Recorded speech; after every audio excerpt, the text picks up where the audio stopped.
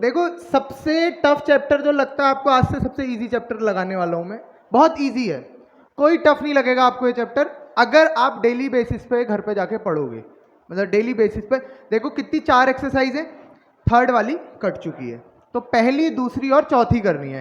पहली टेबल में मैं आपको ट्रिग्नोमेट्रिक रेशियोज पढ़ाऊंगा, सेकंड एक्सरसाइज में आपको मैं ट्रिग्नोमेट्रिक टेबल पढ़ाऊंगा, और चौथी एक्सरसाइज में, थर्ड एक्सरसाइज में क्या है, ट्रिग्नोमेट्रिक आइडेंटिटीज पढ़ाऊंगा, वो भी क्योंकि वो इंपॉर्टेंट है। आज नहीं, अगले अगले साल के लिए तो इंपॉर्टेंट है, मैथ्स में 11th 12th के लिए बहुत इंपॉर्टेंट है, वो पढ़ाऊंगा, बहुत ईजी है।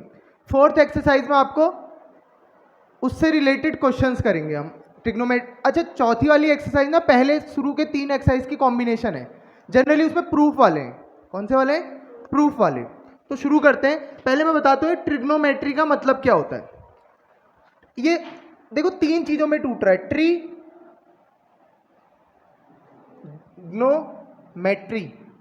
मतलब ऐसा टूटता है, ट्राइग्नोमेट्रॉन। अब ये ट्राई मतलब क्या होता है? 3, ग्नो मतलब साइड्स, ये ग्रीक वर्ड है, और मेट्रॉन मतलब मेजर। तो इस पूरे चैप्टर में हमने पढ़ना क्या है, मतलब इस चैप्टर के नाम का मतलब समझो पहले, फिर पढ़ना क्या है वो समझते हैं। ट्रिग्नोमेट्री का मतलब, इसके नाम जो है 3 पार्ट्स में ब्रेक हो रखा है। हिंदी में संधि विच्छेद कहते थे, वैसी ट्रीजिएनोमेट्री, ऐसे। ये ग्रीक वर्ड है, ट्री का मतलब है 3, जीएनओ का मतलब है साइड, और मेट्रॉन का मतलब है मेजर। तो 3 साइड के मेजरमेंट को हम क्या कहते हैं? ट्रिग्नोमेट्री। अगर आप अब ट्रिग्नोमेट्री की डेफिनेशन पे जाओ, तो ट्रिग्नोमेट्री की डेफिनेशन क्या कहती है? ये एक रिलेशन है, ये एक रिलेशन है साइड्स और एंगल्स के बीच में। किसके बीच में? साइड्स और एंगल्स। अच्छा, मजे की बात, पूरे ट्रिग्नोमेट्री में एक ही फिगर देखने को मिलेगा। कौन सा? नहीं, ट्राइंगल नहीं, राइट एंगल्ड ट्राइंगल। कैसा? Right angled triangle. अब राइट एंगल ट्राइंगल में अंतर क्या है और ट्राइंगल में अंतर क्या है? ट्राइंगल के तीनों एंगल मुझे नहीं पता, इसके भी 2 एंगल नहीं पता, लेकिन एक एंगल पता है, राइट एंगल्ड कहते हैं। एक एंगल राइट एंगल होगा मतलब, तो मैंने बना दिया एक एंगल राइट एंगल। तो ए बी सी, तो मैंने क्या बताया आप लोगों को? ट्रिग्नोमेट्री में हम क्या पढ़ेंगे? साइड्स और ये एंगल हैं, इनके बीच का एक रिलेशन पढ़ेंगे। किस किस के बीच का? साइड्स और एंगल्स के बीच के रिलेशन पढ़ेंगे इस चैप्टर में हम। तो अब शुरू करते हैं ट्रिग्नोमेट्री। समझ में आया? अच्छा, उससे पहले मैं आपको बताता हूं राइट एंगल ट्रायंगल के बारे में कुछ चीजें। आपको पता है यहां पे AC क्या है? हाइपोटेन्यूज। क्या है? हाइपोटेन्यूज। देखो अगर नहीं पता तो मैं अभी बता देता हूं। हाइपोटेन्यूज राइट एंगल्ड ट्रायंगल की लॉन्गेस्ट साइड को, कोई भी ऐसा ट्रायंगल, राइट एंगल ट्रायंगल में आपको दिख रही है ना लॉन्गेस्ट, मैं चाहे कैसी बना दूं,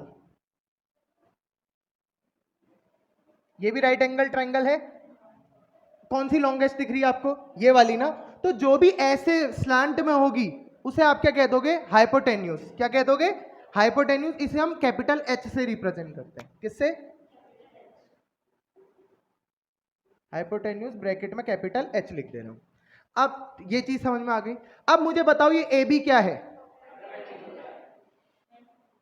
परपेंडिकुलर। क्यों? कैसे कह रहे हो परपेंडिकुलर है? ये कैसा 90 डिग्री है? उसके नीचे लाइन है ना, तो ये क्यों नहीं है 90 डिग्री? अकेले ये बना रहा है क्या 90 डिग्री? 90 डिग्री बनाने में तो दोनों का योगदान है, तो एक ही को क्यों कह रहे हो परपेंडिकुलर?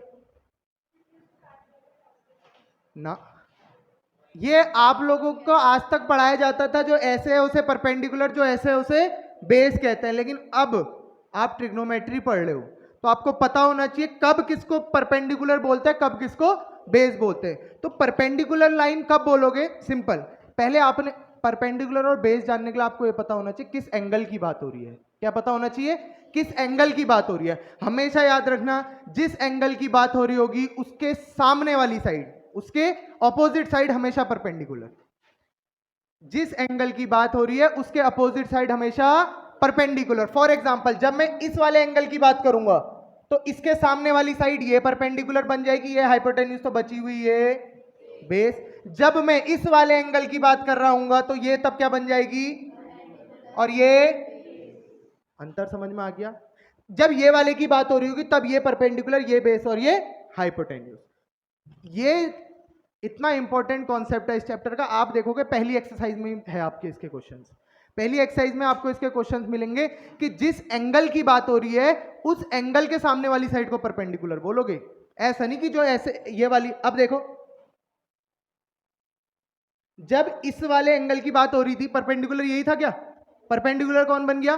सामने वाली साइड। तो अब side opposite to angle, perpendicular side की डेफिनेशन क्या है? Side opposite to angle. जिस एंगल की बात हो रही है उसके अपोजिट साइड को हम क्या कहते हैं? परपेंडिकुलर। और बेस किसको कहते हैं? Side adjacent to perpendicular side. Adjacent मतलब बगल वाली। साइड एडजेसेंट टू, ये वाली तो हो नहीं सकती क्योंकि इसको क्या नाम दे दिया है? देखो हाइपोटेन्यूज तो पक्का है, पता है, पहले ही पता चल जा रहा कौन है। कंफ्यूजन किसमें है? परपेंडिकुलर और बेस में। तो क्या याद रखना है? एंगल के सामने वाली साइड क्या होती है? परपेंडिकुलर। और बची हुई तीसरी साइड क्या हो जाएगी? अब डिपेंड करता है कौन से एंगल की बात हो रही है। याले एंगल की बात हो रही तो ये परपेंडिकुलर, ये बेस बन जाना है। याले एंगल की बात होगी तो इसके सामने वाली परपेंडिकुलर, बची हुई बेस। याले एंगल की बात होगी तो ये परपेंडिकुलर, बची हुई। किसी को डाउट? पक्का? इंपॉर्टेंट कॉन्सेप्ट है, नहीं आया फिर पूछना। आगे ये चीज समझ पक्का ना, ध्यान में रखना है। आज के बाद कोई भी परपेंडिकुलर पूछे कि राइट एंगल ट्रायंगल में परपेंडिकुलर कौन होता है, पहले पूछो कि एंगल कौन, किस एंगल के बिहाफ में निकाल ले हो, किस एंगल के बिहाफ में निकाल लो। क्योंकि खुद सोचो ना, आप इसको परपेंडिकुलर कैसे कह सकते हो? ये अकेले 90 डिग्री बना रहे क्या? 90 डिग्री में पूरा योगदान ये नीचे वाली लाइन का भी तो है, तो नीचे वाली को क्यों नहीं कहा? अच्छा मैं यही चीज को ऐसा कर दे रहा हूं, अब तुम इसको परपेंडिकुलर कह दे रहे हो, क्यों? मतलब तुम ऊपर नीचे में परपेंडिकुलर चेंज हो जाता है ना। परपेंडिकुलर और बेस चेंज कब होता है? सामने वाले एंगल पे। एंगल बदलेगा तो परपेंडिकुलर बेस बदलेंगे। तो जहां पे भी एंगल बदल रहा है दिमाग में ये घंटी बजनी चाहिए, क्या? कि परपेंडिकुलर और बेस भी बदलेंगे। हाइपोटेन्यूज बदलेगा? नहीं बदलेगा, क्योंकि हाइपोटेन्यूज तो एक ही रहने वाला है। मुझे दिक्कत किस में आ रही थी? परपेंडिकुलर और बेस में। पहला कॉन्सेप्ट समझ में आया? पक्का? मैं, ये पुराना चीज था। अब मैं आता हूं इस चैप्टर की नई चीज पर जो फ्रेश पढ़ने वाले हैं हम। Trigonometric ratios. क्या पढ़ना है हमने? Trigonometric ratios.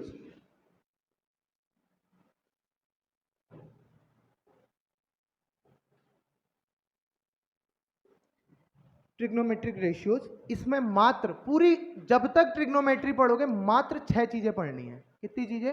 मात्र 6 चीजें। उन 6 चीजों का नामकरण जो किए गए हैं वो बताता हूं मैं आपको।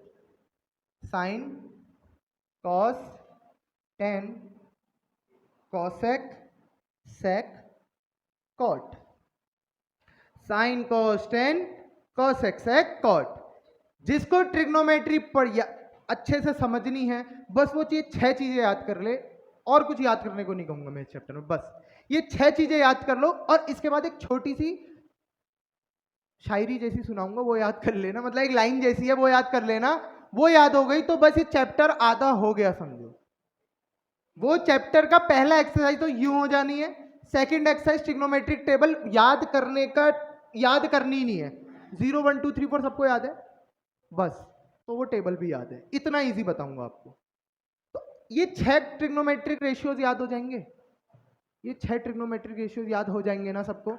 Sine, cos, tan, cosec, sec, cot. नहीं बन रही ट्रिक? हर चीज में ट्रिक बनाने की जरूरत नहीं है, कुछ चीजें याद भी कर लिया करो। तो sign, cos, tan, cosec, sec, cot घर जाते हाथ में लिख के जाओ, सुबह तक याद। तुम घर जाते आते 4 बार पढ़ोगे इसको रिदम में।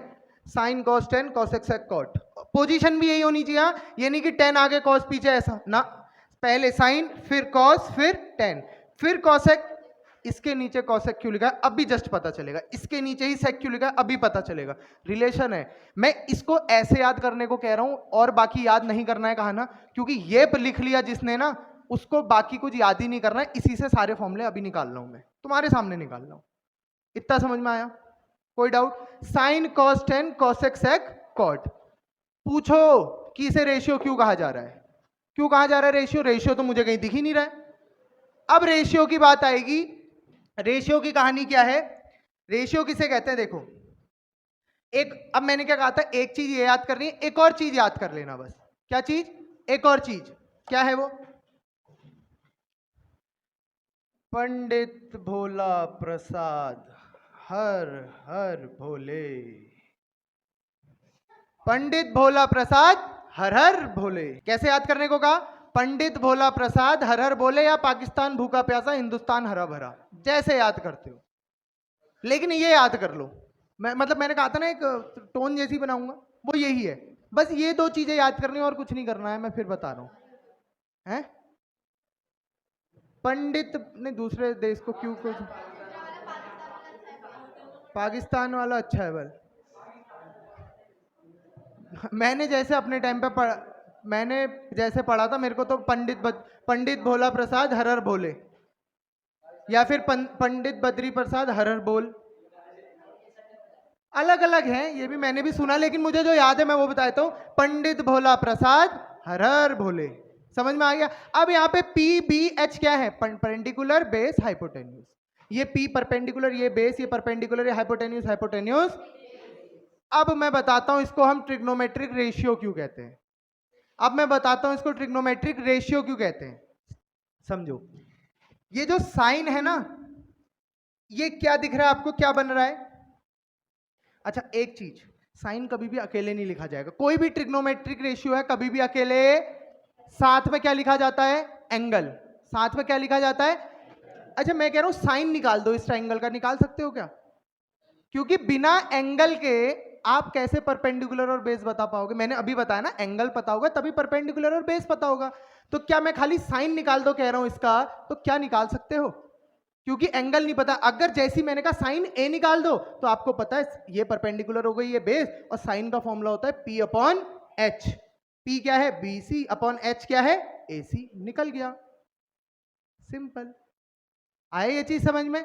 तो आपने कभी भी इसको अकेला नहीं लिखना, sine cos tan cos x cot को कभी भी अकेला नहीं लिखो, साथ में एंगल। और जनरली मैं एंगल यहां पे आपको थीटा से रिप्रेजेंट होता हुआ दिखेगा, किससे, थीटा से। थीटा क्या है समझ जाना, थीटा क्या है, एंगल। थीटा इक्वल्स टू, जिस एंगल की बात कर रहा है वो मान, वो थीटा कुछ भी हो सकता है, 0 से 90 तक। जनरली हमने अभी 10th क्लास में 0 से 90 के बीच के ही एंगल पढ़ने। हायर क्लासेस में जाओगे तो 0 से 360, कितना, इन्फिनिटी तक। ऐसा नहीं है कि 360 तक ही है, 1275 डिग्री एंगल, वो भी पढ़ोगे, ठीक है। तो कंफ्यूज नहीं होना है, ये थीटा क्या है, एंगल है। तो मैं यहां पे क्या लिखता हूं, साइन थीटा क्या होता है, परपेंडिकुलर अपॉन हाइपोटेन्यूज, पहला फॉर्मूला। दूसरा कॉस क्या बन, ऐसी कॉस थीटा क्या हो जाएगा बताओ, कॉस थीटा क्या होगा, बेस अपॉन हाइपोटेन्यूज, बहुत बढ़िया। अगला टेन थीटा क्या हो जाएगा, perpendicular upon base. Cosec theta क्या हो जाएगा, एच अपॉन, मैंने कहा था ना मैं इसके नीचे क्यों लिख रहा हूं, गौर करना, रेसिप्रोकल होंगे सब एक दूसरे के। सेक थीटा क्या होगा, देखो बी अपॉन एच था, यहां पे एच अपॉन बी। यहां पे कॉट थीटा क्या होगा, वहां भी मैच करो यहां भी मैच करो, रेसिप्रोकल हो रहे नहीं हो रहे, हो रहे हैं। तभी मैंने कहा था इस रिदम में पढ़ोगे तो सिर्फ ये ही याद करना है, बाकी कुछ नहीं। जैसे ही क्वेश्चन पूछ रहा है आपको, ये लिख लिया किनारे पे आपने, बस हो गया। साइन क्या होता है, पी अपॉन एच, कॉस क्या होता है, बी अपॉन एच, टेन क्या होता है, पी अपॉन बी। जब कॉसेक निकाल लो तो ये अपॉन ये हो जाएगा, फिर सेक निकाल लो एच अपॉन बी हो जाएगा, कॉट निकाल लो बी अपॉन पी हो जाएगा। इतना चीज समझ में आया, कोई डाउट इसमें, पक्का। अच्छा एक और मजे की चीज, क्या मैं साइन थीटा को 1 अपॉन कॉसेक थीटा लिख सकता हूं। मैंने अभी बताया साइन और कॉस एक दूसरे के रेसिप्रोकल है नहीं है, नहीं आ रहा समझ, चलो। साइन क्या होता है मुझे बताओ, पी अपॉन, क्या इसको मैं 1 अपॉन एच बट्टे पी लिख सकता हूं। ये पी ऊपर का नीचे आ सकता, आ गया, ये ऊपर से नीचे आ गया एच के अपॉन में। अब एच अपॉन पी क्या होता है बताओ, देखो एच अपॉन पी क्या है, और एच अपॉन पी कहीं और नहीं दिखेगा, जो है ये सब इकलौते हैं, इनका जैसा कॉपी किसी में नहीं है। पी अपॉन एच यहाँ है तो कहीं और 6-5 जगहों में नहीं होगा, बी अपॉन एच यहाँ है तो कहीं और नहीं होगा, पी अपॉन बी यहाँ है तो कहीं नहीं होगा। तो ऐसी एच अपॉन पी कहाँ पे, तो 1 अपॉन कॉसेक थीटा लिख दूं इसको, यहाँ क्या था, साइन थीटा। तो क्या मैं कह सकता हूँ साइन थीटा को 1 अपॉन कॉसेक थीटा, किसको नहीं आई ये चीज समझ